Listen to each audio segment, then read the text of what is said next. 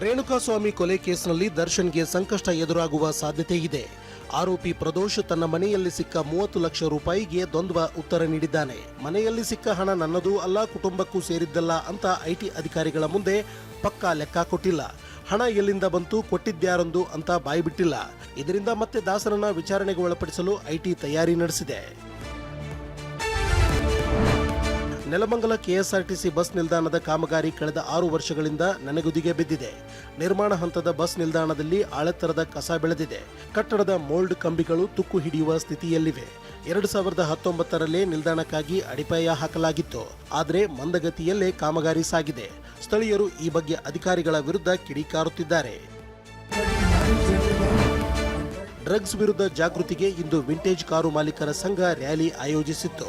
ವಿಧಾನಸೌಧದ grand step ಬಳಿ vintage car ರ್ಯಾಲಿಗೆ ಗೃಹ ಸಚಿವ ಡಾಕ್ಟರ್ ಜಿ ಪರಮೇಶ್ವರ್ ಚಾಲನೆ ನೀಡಿದರು. 75ಕ್ಕೂ ಹೆಚ್ಚು ವಿಂಟೇಜ್ ಕಾರುಗಳು ಇದರಲ್ಲಿ ಭಾಗಿಯಾಗಿದ್ವು. ಅಂಬೇಡ್ಕರ್ ರಸ್ತೆಯಿಂದ ಬಿಗ್ ಬ್ಯಾನಿಯನ್ ರೆಸಾರ್ಟ್ವರೆಗೂ ರ್ಯಾಲಿ ನಡೆಯಿತು. ತುಂಬ ಇಷ್ಟ ಆಯಿತು, ಚೆನ್ನಾಗಿ ನಡೆದಿದೆ.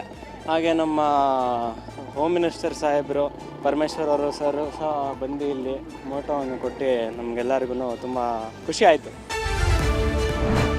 ಕನ್ನಡಿಗರ ಮೇಲೆ ವಲಸಿಗರಿಂದ ನಿರಂತರ ದೌರ್ಜನ್ಯ, ಮಹಿಳಾ ರಕ್ಷಣೆ, ಕನ್ನಡ ಭವನ ನಿರ್ಮಾಣಕ್ಕೆ ಆಗ್ರಹಿಸಿ ಅತ್ತಿಬೆಲೆಯಲ್ಲಿ ಕನ್ನಡ ಜಾಗೃತಿ ವೇದಿಕೆ ಸಂಘಟನೆ ಕಾಲ್ನಡಿಗೆ ಜಾಥಾ ಆಯೋಜಿಸಿತ್ತು. ಶಾಸಕ ಬಿ ಶಿವಣ್ಣ ಜಾಥಾಗೆ ಚಾಲನೆ ನೀಡಿದರು. 70ನೇ ಕನ್ನಡ ರಾಜ್ಯೋತ್ಸವದ ಅಂಗವಾಗಿ ನಡೆದ ಜಾಥಾದಲ್ಲಿ ಸಾವಿರಾರು ಸಂಖ್ಯೆಯಲ್ಲಿ ಕನ್ನಡ ಹೋರಾಟಗಾರರು ಪಾಲ್ಗೊಂಡಿದ್ದರು.